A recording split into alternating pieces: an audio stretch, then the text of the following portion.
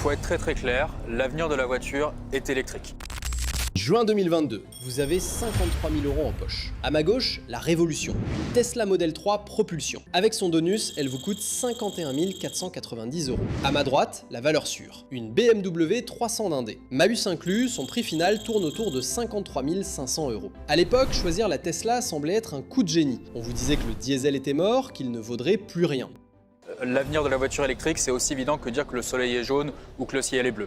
Aujourd'hui, votre BMW se revend entre 30 000 et 36 000 €. Elle a tenu son rang. Votre Tesla, elle s'est effondrée. Les offres stagnent entre 23 000 € et 28 000 €. C'est 11 000 € de différence. 11 000 € qui ne sont partis ni dans le carburant, ni dans l'entretien. Pendant que vous perdiez 250 € de valeur chaque mois, l'industrie a changé de camp. Un moteur qui était interdit est en train de battre tous les records de rendement. Alors, est-ce qu'on nous a menti? Ou pire, est-ce que la voiture électrique est en train de devenir la plus grosse arnaque industrielle de notre siècle? Pour comprendre pourquoi votre Tesla a perdu 25 000 € alors que la BMW résiste, il faut changer de logiciel, littéralement. Dans l'ancien monde, celui de votre BMW 320 d, une voiture était un objet mécanique, une pièce d'orfèvrerie que l'on pouvait entretenir, réparer et qui restait actuelle pendant 15 ans. En 2026, l'électrique a imposé une autre règle, celle du Software Defined Vehicle. Votre voiture n'est plus une machine, c'est un smartphone sur roue. Regardez sous le capot numérique. Votre Model 3 de 2022 tourne avec une puce Intel Atom ou les premières AMD Ryzen. En 2026, les nouveaux modèles intègrent des processeurs AI capables de gérer des millions d'opérations supplémentaires par seconde pour la conduite autonome et l'infodivertissement. Résultat, votre voiture de 4 ans commence à ramer. Certaines mises à jour ne sont plus compatibles. Aux yeux du marché, elle n'est pas d'occasion, elle est obsolète. Mais le vrai scandale est financier. En 2022, les banques et les constructeurs ont calculé vos loyers de leasing sur une promesse, une valeur de revente élevée. Ils ont parié que l'électrique resterait rare et cher. Sauf qu'en 2023, Tesla a dynamité le système en baissant ses prix neufs de 20% en une seule annonce. En faisant cela, ils ont instantanément créé un trou d'air de plusieurs milliards d'euros dans les bilans des banques de leasing. Aujourd'hui, en 2026, ces milliers de voitures reviennent de contrat. Le marché est inondé, les prix s'effondrent parce que l'offre est massive et que la demande, elle, a peur. Et c'est là que survient le coup de grâce, le mur de la batterie. Sur une BMW 320 d, une panne majeure à 150 000 km se répare pour 2 000 ou 3 000 €. Sur votre électrique de 2022, sortir de la garantie constructeur, c'est prendre le risque d'une facture de 15 000 € pour un pack batterie. En 2026, l'acheteur d'occasion fait un calcul simple. Pourquoi acheter une voiture à 25 000 € si la moindre défaillance chimique coûte le prix du véhicule? L'arnaque est là. On vous a vendu la simplicité de l'électrique, mais on a créé la première voiture jetable de l'histoire. Une voiture qui ne meurt pas mécaniquement, mais qui s'éteint financièrement dès que la technologie suivante arrive. Si l'électrique de 2022 s'effondre, ce n'est pas seulement une question de logiciel, c'est une question de physique élémentaire. On vous a vendu l'efficience, mais on vous a caché un non-sens thermodynamique. Pour offrir 600 km d'autonomie réelle sur autoroute, une voiture électrique doit embarquer environ 800 kg de batterie.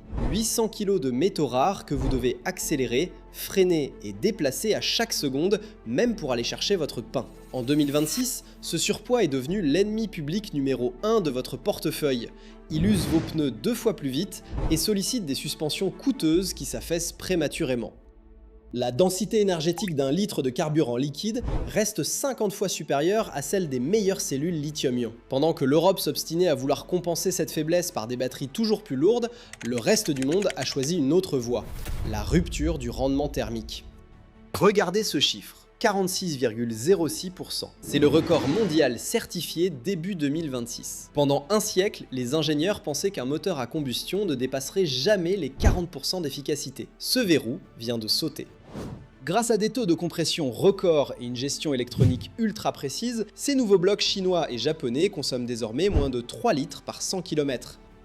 Faisons le calcul réel pour 2026. À 130 km/h sur autoroute, un hybride à haut rendement est désormais plus propre et moins cher à l'usage qu'une électrique de 2,5 tonnes qui doit s'arrêter tous les 250 km pour payer son électricité au prix fort sur une borne de recharge rapide.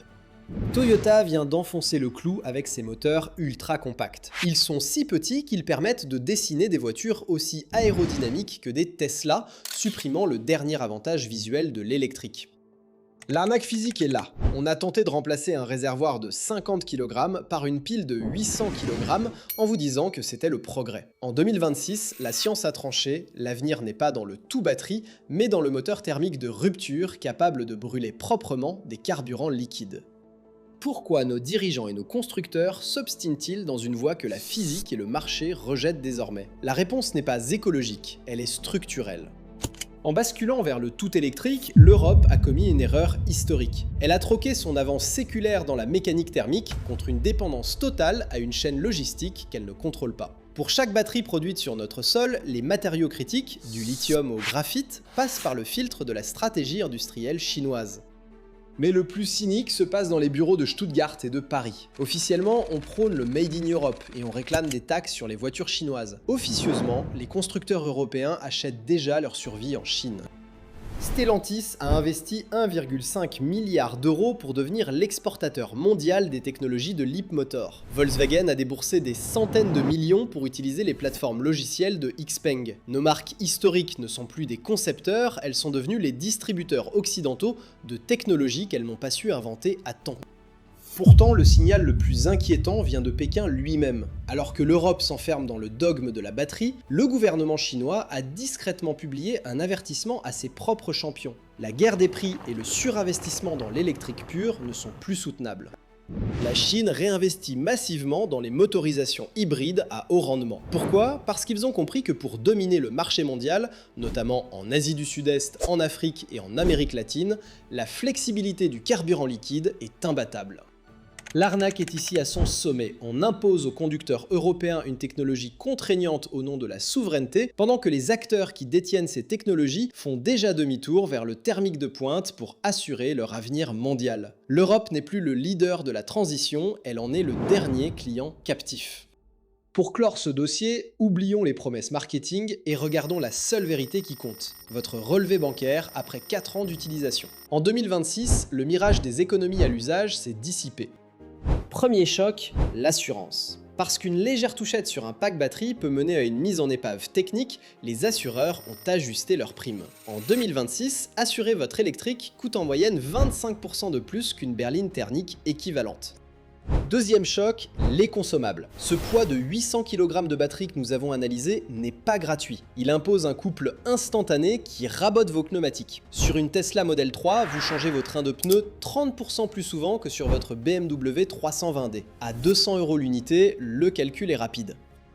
Enfin, le coût de l'énergie. Avec la fin des boucliers tarifaires et l'explosion du prix aux bornes rapides, le plein électrique sur autoroute est devenu un luxe. En 2026, parcourir 100 km avec un hybride à haut rendement de 2,9 litres par 100 km coûte désormais moins cher que de charger une batterie de 80 kWh sur un réseau de recharge rapide.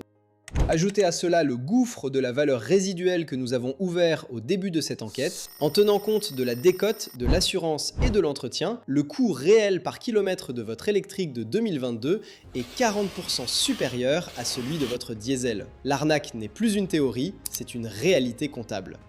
Alors, la voiture électrique est-elle la plus grosse arnaque de l'histoire automobile ? Techniquement, c'est une prouesse, mais industriellement et financièrement, c'est un piège qui s'est refermé sur une génération de conducteurs. On vous a vendu la liberté, on vous a livré une obsolescence programmée. Le conseil est simple, si vous possédez un thermique fiable, gardez-le. Sa valeur n'a jamais été aussi stratégique qu'en 2026. Si vous devez changer, ne vous précipitez pas sur les restes d'une technologie tout batterie déjà dépassée par les moteurs thermiques de rupture. La réalité vient de reprendre le volant, et elle ne s'arrêtera pas là. Et vous, quelle a été votre expérience lors de la revente de votre véhicule? Avez-vous subi ce crack de plein fouet? Partagez vos chiffres en commentaire, nous les lisons tous.